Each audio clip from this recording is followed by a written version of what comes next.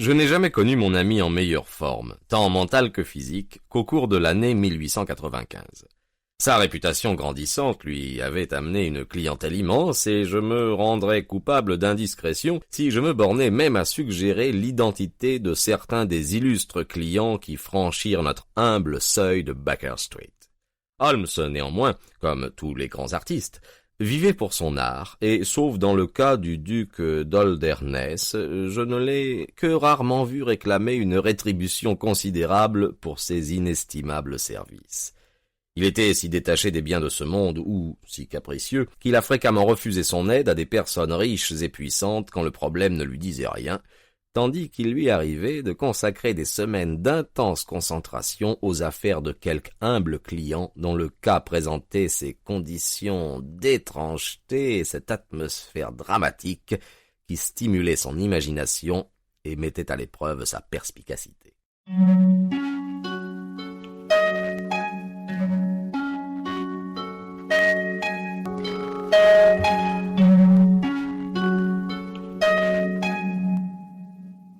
En cette mémorable année 1895, une curieuse et disparate succession d'affaires avait retenu son attention.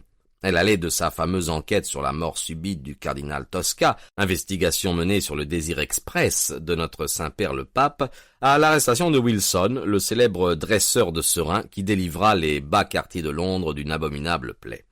Presque immédiatement après ces deux affaires sensationnelles, survint la tragédie de Woodsmanley, et les ténébreuses circonstances qui entourèrent la mort du capitaine Peter Carey. Un exposé des exploits de M. Sherlock Holmes ne serait pas complet sans un récit de cette affaire tout à fait exceptionnelle.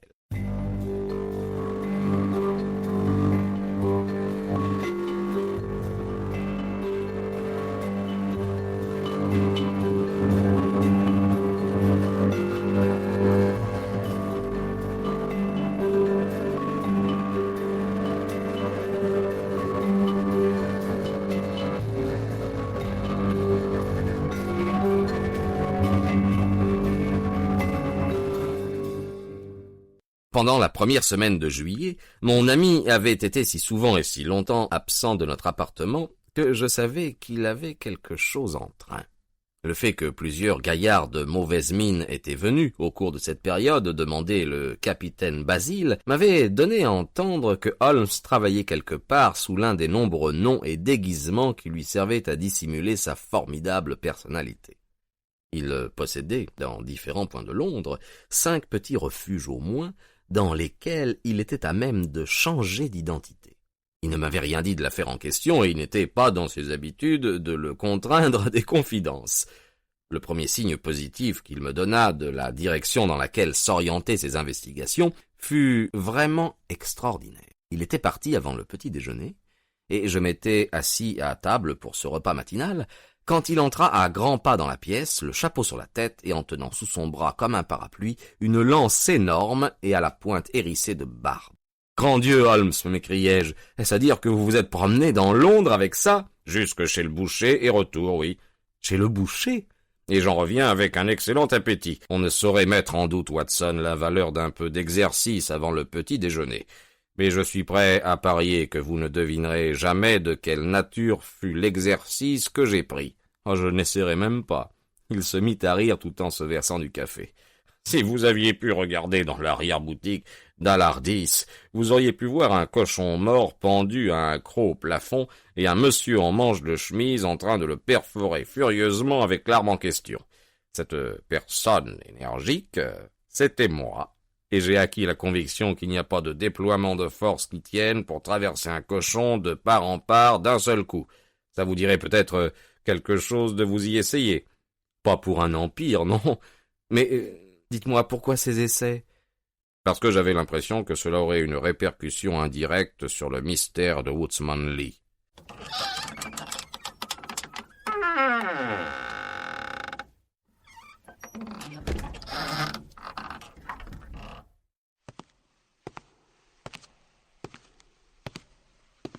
Ah, Hopkins, j'ai reçu votre télégramme hier soir et je vous attendais. Prenez donc quelque chose avec nous. Le visiteur à qui s'adressaient ces paroles était un homme extrêmement alerte, d'une trentaine d'années, et vêtu d'un complet de drap d'Écosse fort discret. Il conservait toutefois le port et la raideur des gens qui revêtent d'ordinaire un uniforme. Je le reconnus aussitôt comme étant Stanley Hopkins, un jeune inspecteur de police sur l'avenir duquel Holmes entretenait de grandes espérances et qui, en retour, professait l'admiration et le respect d'un disciple pour les méthodes scientifiques du célèbre détective amateur. Le front d'Hopkins était sombre et il s'assit d'un air profondément dégoûté.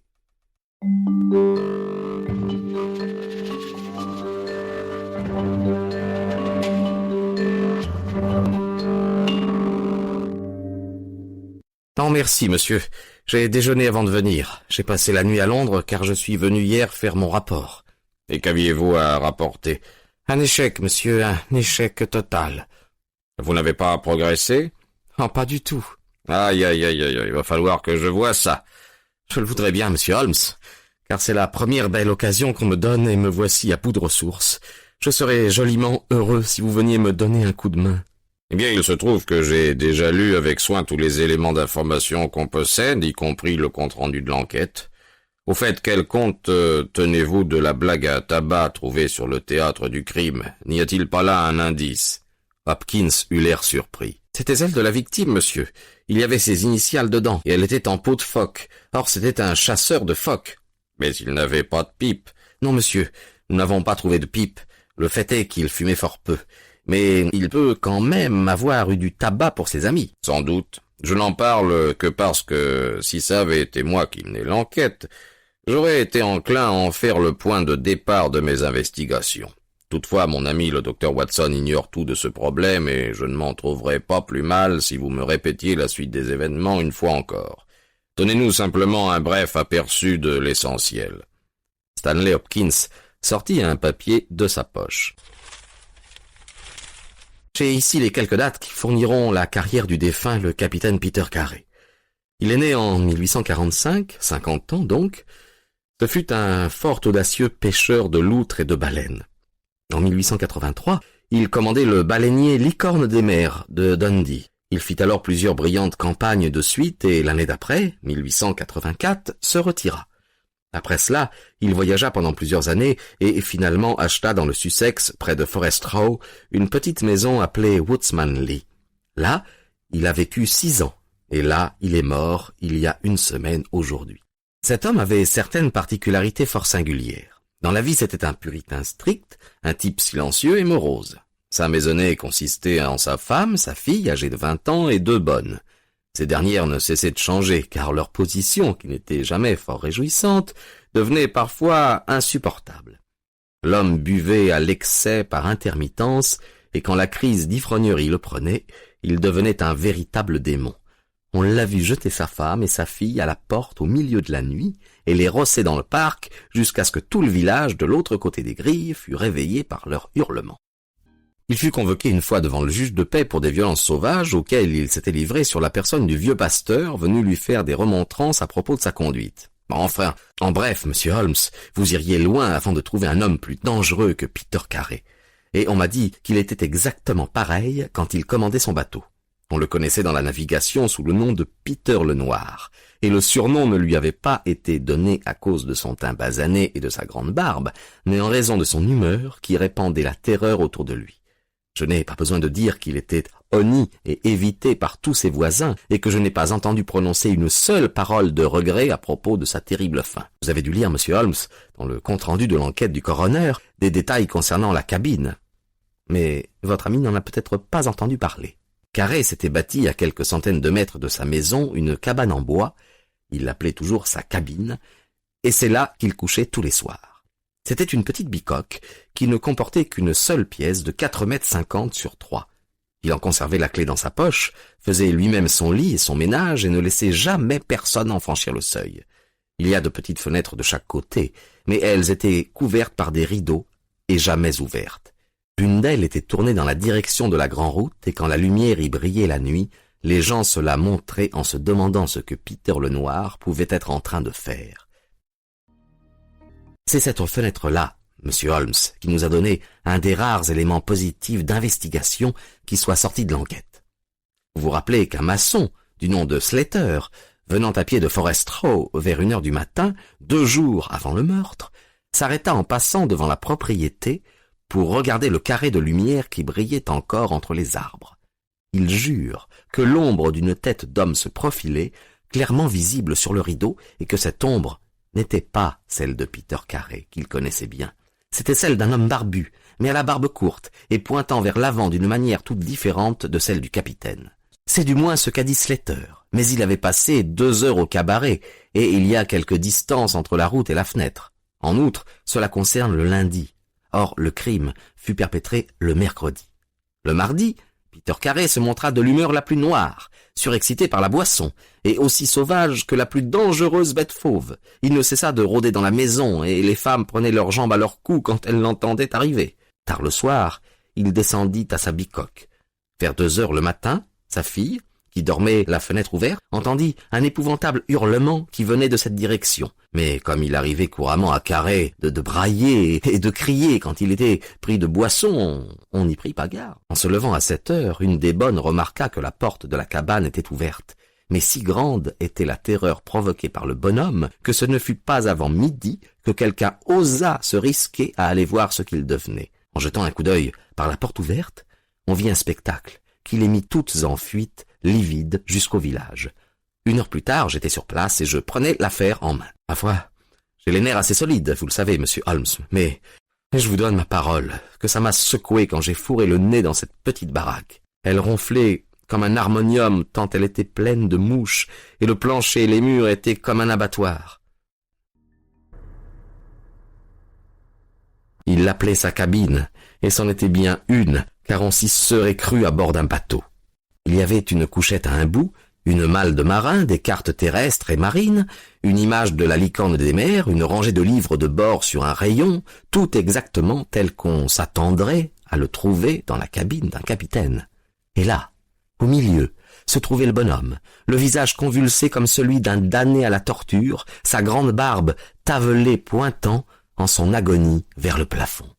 En plein dans sa poitrine, perforée de part en part, il avait un harpon d'acier qui s'était enfoncé profondément dans le bois de la paroi derrière lui. Il était épinglé comme un insecte sur un carton. Naturellement, il était on ne peut plus mort, et cela depuis l'instant où il avait proféré ce dernier hurlement d'agonie.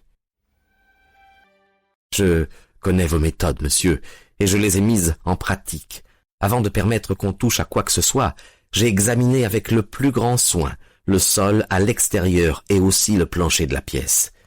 Il n'y avait pas de traces de pas. Vous voulez dire que vous n'en avez pas vu?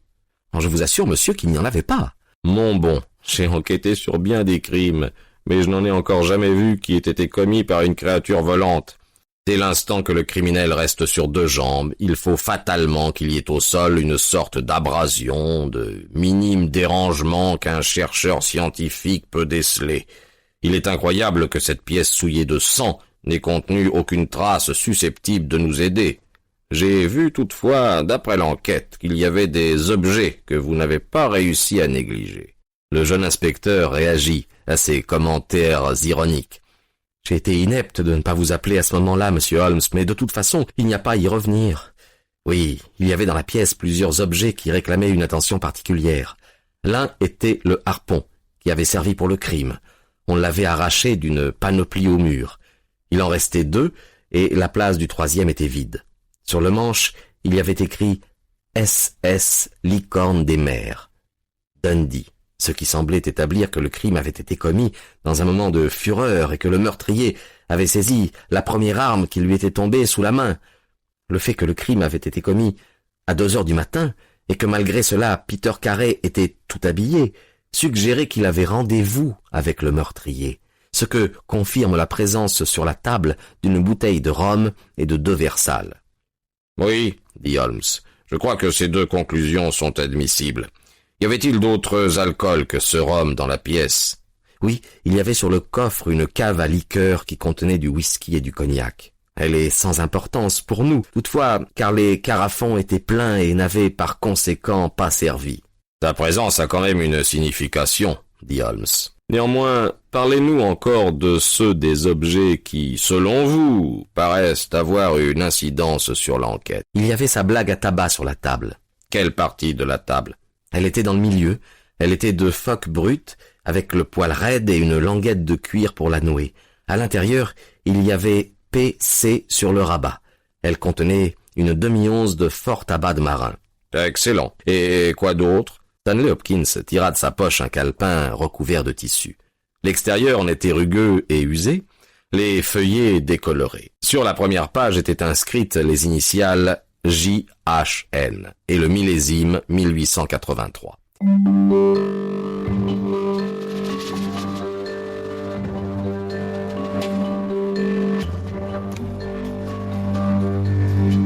Holmes le posa sur la table et l'examina avec minutie, tandis que Hopkins et moi regardions chacun par-dessus une de ses épaules.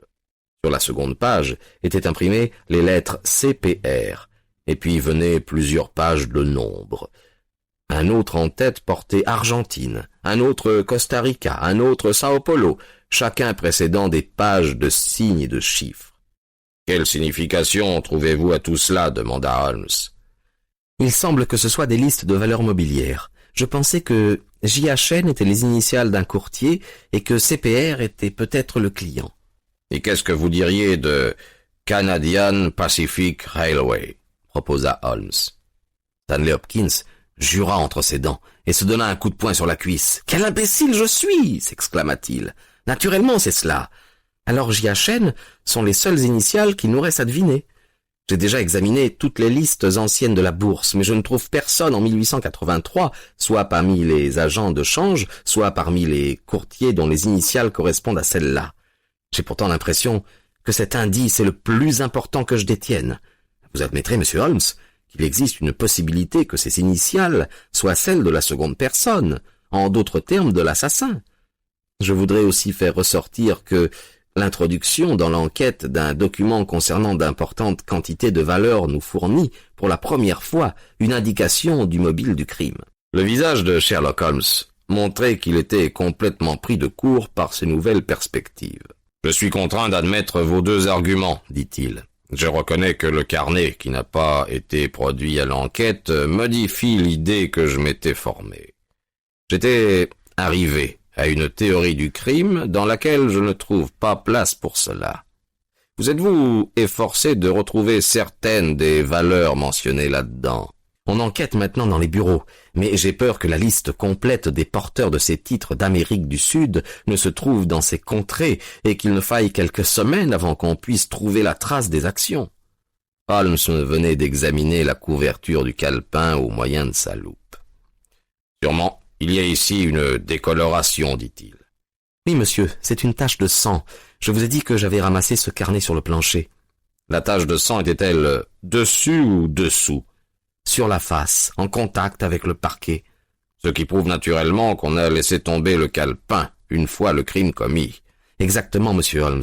J'ai tenu compte de cet argument et j'en ai conclu que le meurtrier l'avait laissé tomber dans sa fuite précipitée. Il était près de la porte. » « Je suppose qu'aucune de ces valeurs n'a été trouvée dans ce que laisse le défunt. »« Non, monsieur. »« Avez-vous une raison quelconque de soupçonner qu'il y eut vol ?»« Non, monsieur, il semble que l'on n'ait rien touché. » Mais l'affaire paraît certes très intéressante. Et puis il y avait un couteau, hein ? Oui, avec un fourreau dont il n'avait pas été extrait. Il gisait au pied du mort. Madame Carré l'a reconnu comme appartenant à son mari. Holmes resta un instant perdu dans ses pensées.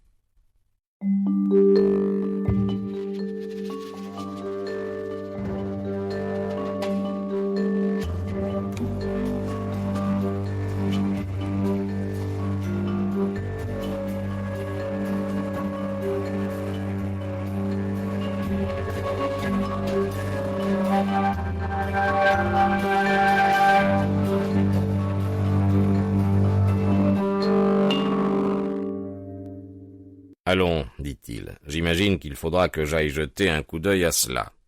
Stanley Hopkins eut un cri de joie. « Merci, monsieur, ça m'ôtera un rude poids. » Holmes le menaça de l'index. « C'eût été plus facile il y a 8 jours, dit-il. Mais même maintenant, ma visite peut n'être pas totalement vaine. Watson, si vous avez le temps, je serai très heureux de votre compagnie. Vous voulez bien appeler un taxi, Hopkins? Nous serons prêts à partir pour Forest Row dans un quart d'heure. »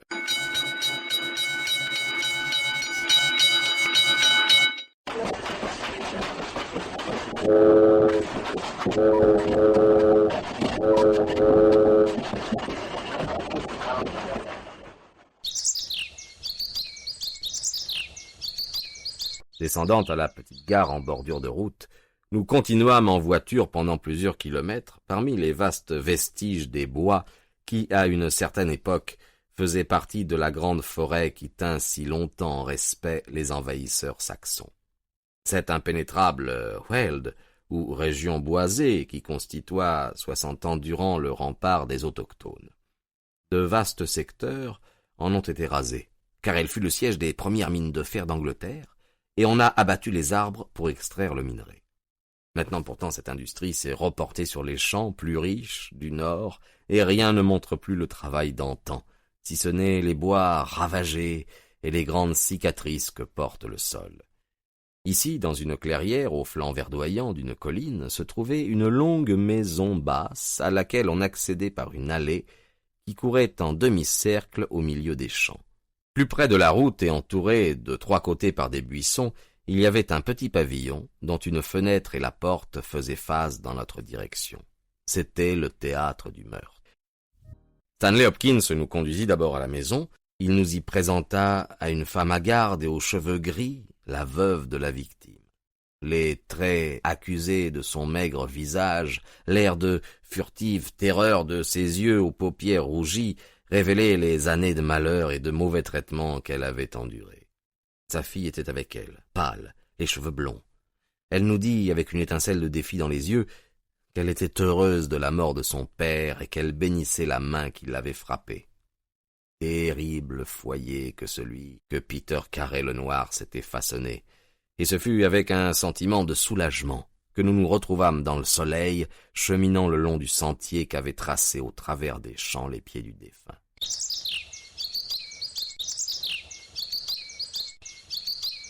La cabane était des plus simples. Des parois de bois, pas de double toit, une fenêtre du côté de la porte et une du côté opposé.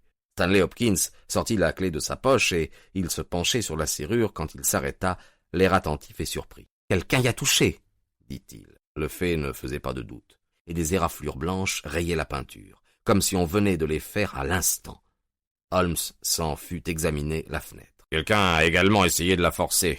Qui que ce soit, il n'a pas pu entrer. Ce devait être un bien piètre cambrioleur. » « Une chose vraiment extraordinaire, dit l'inspecteur. Ces marques n'étaient pas là hier, j'en jurerais. » « Peut-être un villageois curieux, suggérai-je. Bien peu probable. Il y en a fort peu qui ont osé se risquer sur la propriété, et encore bien moins s'aventurer dans la cabine. Qu'en pensez-vous, monsieur Holmes ? Je trouve que le sort est joliment aimable avec nous. Vous voulez dire que la personne reviendra ? C'est très probable. Il est venu avec l'idée que la porte serait ouverte. Il a essayé d'entrer en se servant de la lame d'un très petit canif. Il n'a pas pu y arriver. Que va-t-il faire ? Revenir la nuit prochaine avec un instrument plus utile. C'est mon opinion. Ce sera notre faute si nous ne sommes pas là pour le recevoir. En attendant, faites-moi voir l'intérieur de la cabine. Les traces de la tragédie avaient été enlevées, mais le mobilier de la petite pièce demeurait tel qu'il avait été la nuit du crime. Pendant 2 heures, avec la plus intense concentration, Holmes examina tour à tour les objets, mais son visage montrait que ses recherches n'étaient pas fructueuses. Une fois seulement, il interrompit ses patientes investigations. « Avez-vous pris quelque chose sur ce rayon, Hopkins ?»« Non, je n'ai rien bougé. »« On a pris quelque chose. Il y a moins de poussière sur ce coin du rayon qu'ailleurs. Il se peut que c'était été un livre posé à plat ou bien une boîte. Eh bien, je ne peux rien faire de plus. Bon, allons jusqu'à ces bois magnifiques, Watson, et consacrons quelques heures aux oiseaux et aux fleurs. Nous vous retrouverons ici plus tard, Hopkins, pour voir s'il y a moyen d'approcher de plus près le monsieur qui nous a rendu cette visite nocturne.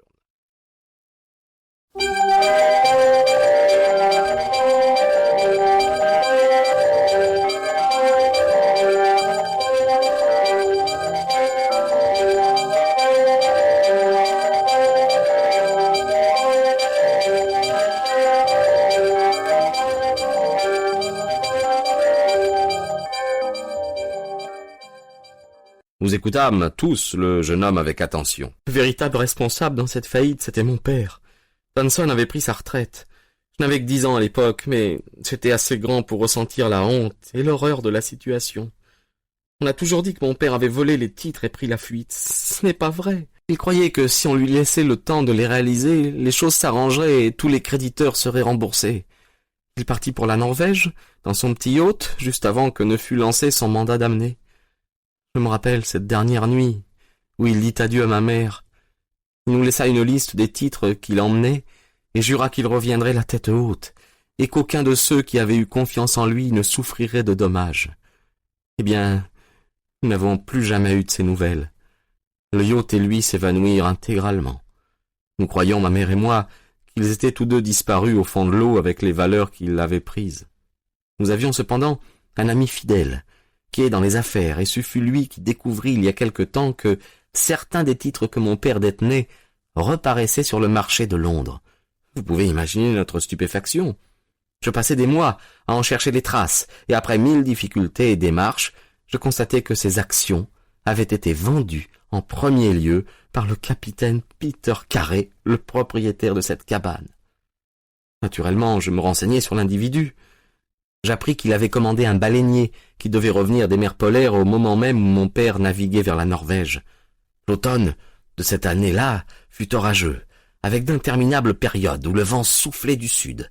Il est fort possible que le yacht de mon père ait été emporté vers le nord et ait rencontré là le bateau du capitaine Carey.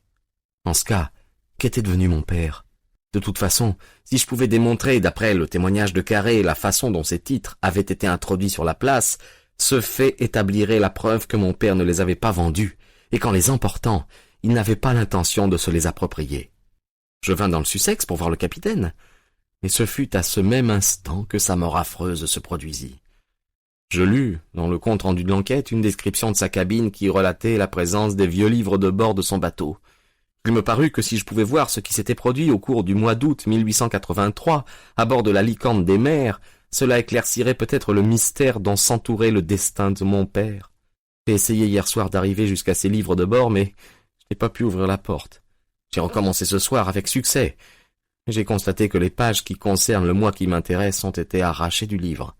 C'est à ce moment-là que je suis devenu votre prisonnier. « C'est bien tout ?» demanda Hopkins. « C'est tout, » dit-il en détournant les yeux. « Vous n'avez rien d'autre à nous rapporter ?»« Non, rien, » répondit-il après un instant d'hésitation. « Vous n'êtes pas venu ici avant la nuit dernière ?»« Jamais. »« Alors comment expliquez-vous la présence de cela ?» s'écria Hopkins, brandissant l'irrécusable calepin avec les initiales du prisonnier sur la tache de sang et la page de garde sur la couverture. L'infortuné s'écroula. Il enfuit son visage dans ses mains et se mit à trembler de tous ses membres. « Où l'avez-vous eu ?» gémit-il. « Je savais pas, je croyais l'avoir perdu à l'hôtel. »« Cela suffit, » dit Hopkins d'un air sévère. « S'il vous reste quelque chose à dire, gardez-le pour le tribunal. Vous allez venir avec moi au commissariat. »« Eh bien, monsieur Holmes, je vous suis très obligé, à vous et à votre ami d'être venu m'aider. Il se trouve que votre présence n'était pas nécessaire et que j'aurais tout aussi bien mené l'affaire à bonne fin sans vous, mais je ne vous en suis pas moins reconnaissant. On nous a gardé des chambres à l'hôtel, nous pouvons descendre tous ensemble à pied au village. »« Eh bien, Watson, qu'en pensez-vous » me demanda Holmes le lendemain dans le train qui nous ramenait. « Je vois que cela ne vous satisfait pas. »« Oh que si, mon cher Watson, cela me satisfait pleinement. Toutefois, les méthodes de Stanley Hopkins ne me ravissent pas. Il me déçoit, Stanley Hopkins. J'attendais mieux de lui. On devrait toujours envisager une autre éventualité possible et se prémunir contre elle. C'est la règle primordiale en fait d'enquête criminelle. Et quelle est l'autre éventualité? Celle que je recherche moi-même.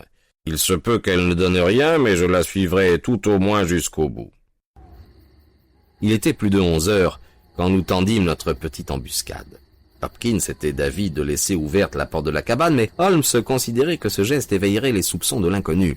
La serrure était des plus simples et une forte lame suffisait à en repousser le pêne. Holmes suggéra aussi que nous attendions non pas au-dedans de la maisonnette, mais dehors, dans les buissons qui environnaient la fenêtre du fond. De cette façon, nous pourrions surveiller notre homme s'il s'éclairait et voir quel était le but de cette subreptice visite de nuit. Ce fut une longue et morne faction.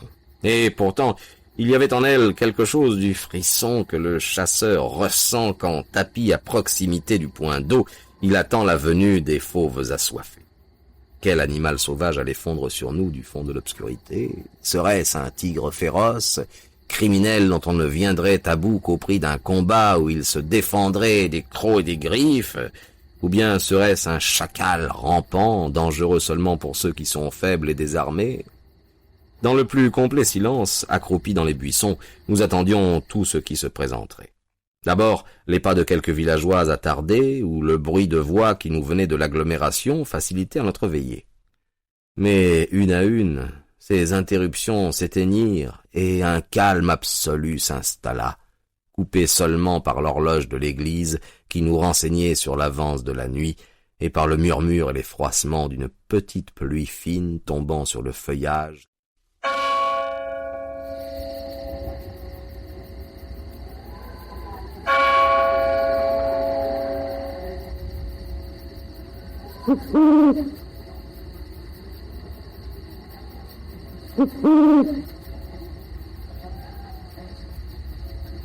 Deux heures et demie venaient de sonner, annonçant l'heure plus sombre qui précède l'aurore, quand nous tressaillîmes tous trois, en entendant un déclic bas, mais net, qui venait de la direction de la grille. Il y eut un autre silence prolongé, durant lequel je me pris à craindre qu'il s'agissait d'une fausse alerte, puis on entendit un pas furtif de l'autre côté de la cabane, et un instant après, un bruit de métal qu'on grattait. L'homme essayait de forcer la serrure. Cette fois, il usa de plus d'adresse ou d'un meilleur outil, car on entendit un soudain claquement, puis des gonds qui craquaient. Là-dessus, on gratta une allumette.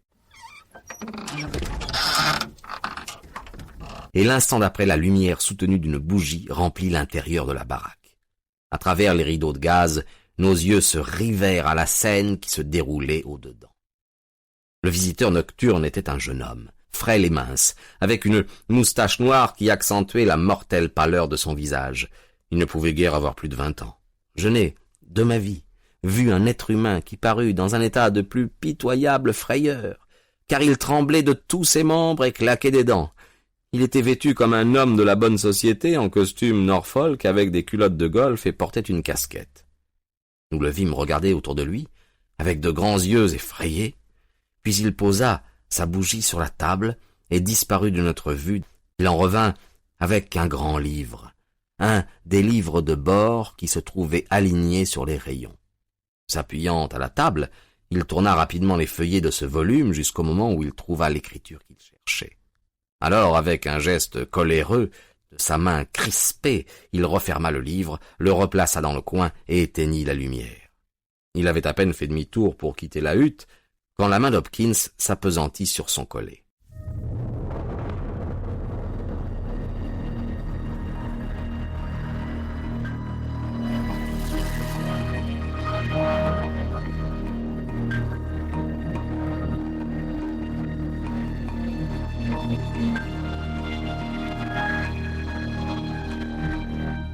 Il laissa échapper un cri de terreur, quand il comprit qu'il était pris.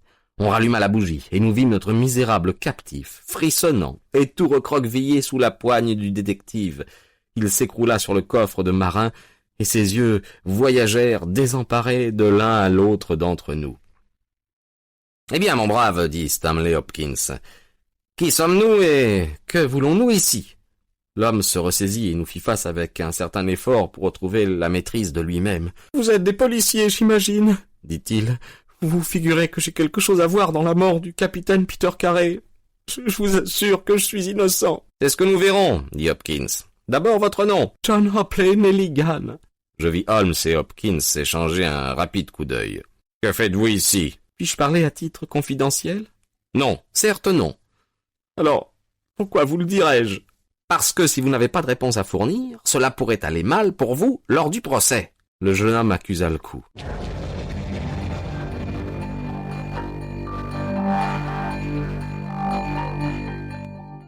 Bien, je vais vous le dire, » répondit-il. « Et d'ailleurs, pourquoi pas? Pourtant, cela m'ennuie que ce vieux scandale revienne à la surface. Vous avez entendu parler de Donson et Nelligan ?» Le visage d'Hopkins exprimait que non, mais Holmes parut vivement intéressé. « Vous voulez parler, dit-il, de ces banquiers de la région de l'Ouest qui ont fait une énorme faillite et ruiné la moitié des grandes familles de Cornouailles. Après quoi, Nelligan disparut. »« C'est cela. Nelligan était mon père. » Enfin, nous tenions quelque chose de concret. Bien qu'il y eût un abîme entre ce banquier en fuite et le capitaine Peter Carey, épinglé au mur avec un de ses propres harpons.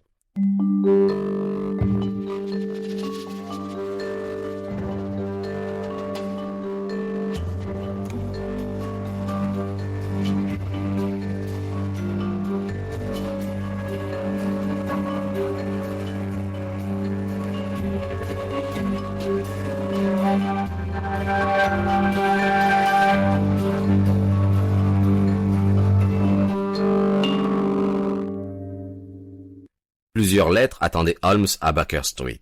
Il en saisit une, l'ouvrit, et éclata d'un rire triomphant. « Ah, excellent, Watson.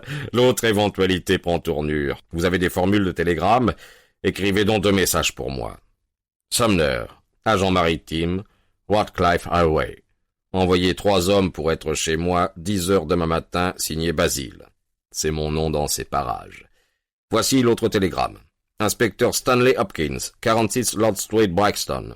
Venez déjeuner chez nous demain matin, 9h30, important, télégraphié si pas possible, Sherlock Holmes.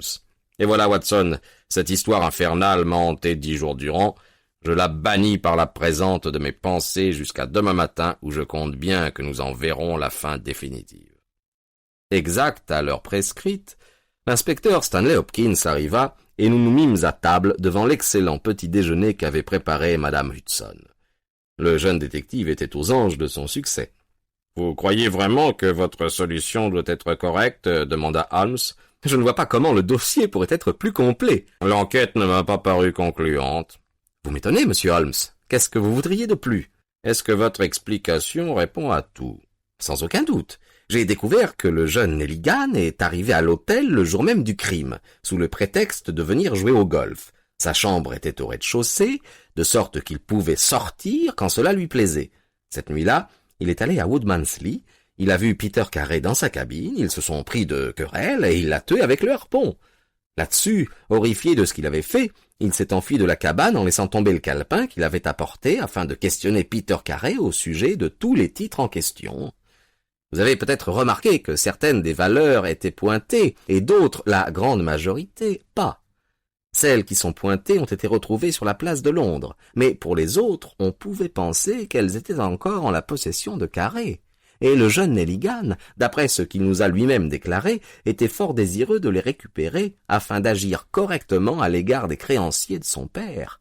Après sa fuite, il n'a plus, pendant un certain temps, osé approcher de la hutte, mais, en fin de compte, il s'est contraint à y retourner dans le but de recueillir les renseignements qu'il lui fallait.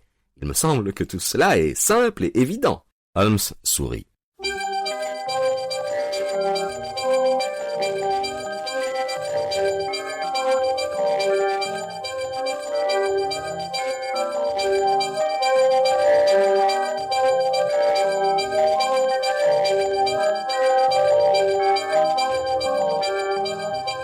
Ça me paraît n'avoir qu'un inconvénient, Hopkins. C'est que ça se trouve intrinsèquement impossible. Avez-vous essayé de traverser un corps de part en part avec un harpon? Non? Bah, ce sont, mon cher, des détails auxquels il faut faire attention. Mon ami Watson pourrait vous confirmer que j'ai passé toute une matinée à cet exercice. Ce n'est pas une petite affaire et cela exige un bras puissant et entraîné. Or ce coup a été frappé avec une telle violence que la pointe de l'engin s'est profondément enfoncée dans la paroi. Croyez-vous, ce jouvenceau anémique, capable d'un pareil effort, est-il l'homme qui a fraternisé en buvant du rhum et de l'eau avec Peter Lenoir en pleine nuit? Était-ce son profil qu'on a vu se dessiner sur le rideau 2 nuits avant? Non, non, non, Hopkins, c'est quelqu'un d'autre, et de bien plus formidable qu'il faut que nous cherchions. Le visage de l'inspecteur n'avait cessé de s'allonger pendant qu'Holmes me parlait. Ses espoirs et ses ambitions s'effondraient. Il ne consentit tout de même pas à abandonner sans lutte sa position. « Vous ne pouvez pas contester que Nelligan était présent cette nuit-là, monsieur Holmes. Le carnet le prouve. Je crois que j'ai assez de preuves pour convaincre un jury, même si vous êtes en mesure d'y trouver des failles. En outre, monsieur, moi je lui ai mis la main dessus, à mon homme. Tandis que votre type terrible, où est-il ? »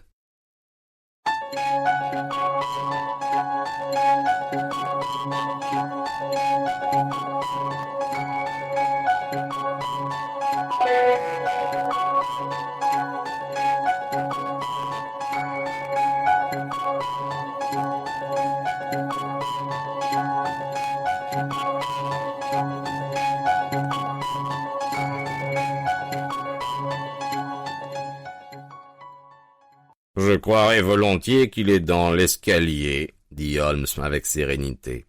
Je pense, Watson, que vous feriez bien de placer votre revolver à portée de votre main. Il se leva, posa sur une table volante un papier couvert d'écriture, puis... À présent, nous sommes prêts, conclut. On entendait dans l'antichambre des voix rudes, et Madame Hudson vint ouvrir la porte pour rapporter que 3 hommes demandaient à parler au capitaine Basile.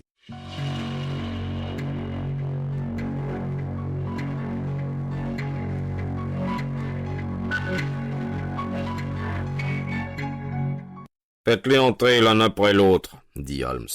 Le premier était un petit bonhomme, rouge comme un pépin de pomme, avec des joues tannées et des favoris blancs et duveteux. Holmes avait sorti une lettre de sa poche. « Quel nom » demanda-t-il. « James Lancaster. »« Je regrette, Lancaster, mais la place est prise. Voilà un demi-souverain pour votre dérangement. Passez dans la pièce à côté et attendez quelques instants. » Le second visiteur était un grand sec, aux cheveux plats et aux joues ternes. Il s'appelait Hugh Pattins. Lui aussi fut congédié avec un demi-souverain et invité à attendre. Le troisième postulant était un homme d'aspect remarquable, un visage farouche de bulldog, encadré d'une broussaille de cheveux et de barbe, et au milieu duquel 2 yeux noirs brillaient, pleins d'aplomb, sous d'épais sourcils dont la masse s'abaissait vers les paupières supérieures.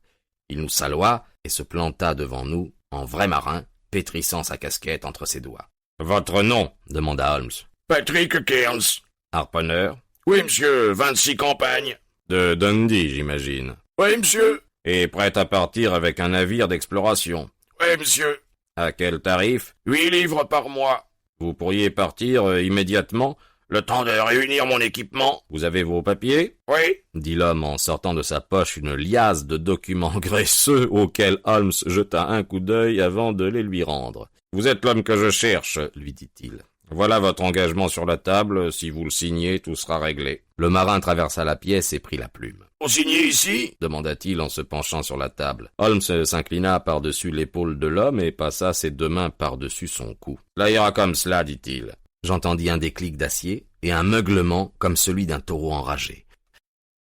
L'instant d'après, Holmes et le matelot roulaient à terre tous les deux. C'était un gaillard d'une force si gigantesque que même avec les menottes que Holmes lui avait si adroitement passées au poignet, il serait vite venu à bout de mon ami si Hopkins et moi n'étions arrivés à la rescousse. Ce ne fut que lorsqu'il sentit le canon froid du revolver contre sa tempe qu'il comprit enfin que la résistance était vaine. Nous ficelâmes ses chevilles avec une corde, puis nous nous relevâmes, encore tout haletant de l'échauffourée. « Vraiment, je vous dois des excuses, Hopkins, » dit Sherlock Holmes. « J'ai bien peur que les œufs brouillés ne soient froids. Malgré cela, vous n'en goûterez que mieux le reste de votre repas, hein, du fait que vous avez maintenant apporté à votre enquête une solution triomphale. » Stanley Hopkins restait muet de stupeur. « Je ne sais que dire, monsieur Holmes, » bégaya-t-il enfin, le rouge aux joues. Il semble que depuis le début, je n'ai cessé de me comporter comme un serin. Je comprends maintenant ce que je n'aurais jamais dû oublier, que je suis un élève et que vous êtes le maître. Même maintenant, je vois ce que vous avez fait, mais j'ignore encore comment vous l'avez fait et ce que cela signifie. « Allons, dit Holmes avec une bonne humeur. Nous apprenons tous par l'expérience, et votre leçon cette fois, c'est qu'il ne faut jamais perdre de vue l'autre éventualité. Vous étiez si absorbé par le jeune Nelligan que vous ne parveniez pas à accorder une pensée à Patrick Kearns, l'authentique assassin de Peter Carey. » La voix rauque du marin se mêla à notre conversation. « Dites voir, monsieur, dit-il, je ne me plains pas d'avoir été malmené comme ça, mais je voudrais bien que vous appeliez les choses par leur vrai nom. Vous dites que j'ai assassiné Peter Carey, moi je dis que je l'ai tué. Ça fait toute la différence. Vous le croyez peut-être pas, hein? Vous croyez que c'est du boniment? »« Du tout, dit Holmes. Racontez ce que vous avez à dire. »« C'est vite raconté, pardieu, c'est la pure vérité. Je connaissais Peter Lenoir quand il a sorti son couteau.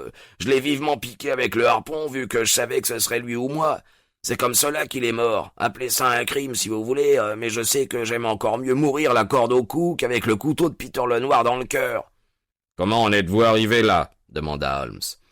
« Je vais vous le narrer depuis le début. Redressez-moi seulement un peu, que je puisse parler plus facilement. »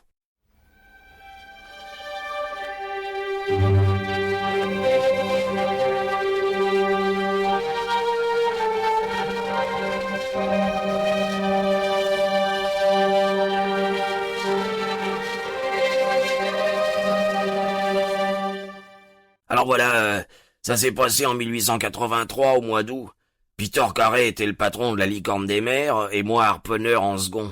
On sortait de la banquise et on rentrait avec des brises contraires et une tempête de vent du sud qui durait depuis 8 jours quand on a recueilli une petite embarcation qui avait été poussée vers le nord par la rafale.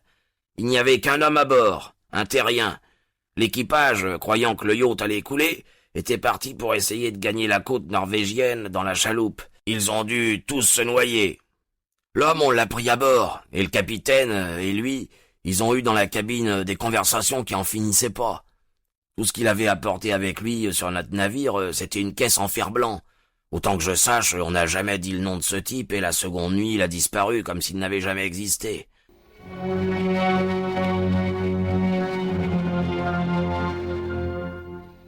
On a raconté qu'ou bien qu'il s'était jeté par-dessus bord, ou bien il était tombé à l'eau par le gros temps qu'il faisait à ce moment-là. Il y a qu'un homme qui a su ce qui lui était arrivé, et celui-là c'est moi, parce que de mes propres yeux, j'ai vu le capitaine l'empoigner par les talons et le basculer par-dessus le parapet au cœur et au plus noir de la nuit, 2 jours avant qu'on aperçoive les phares du Shetland.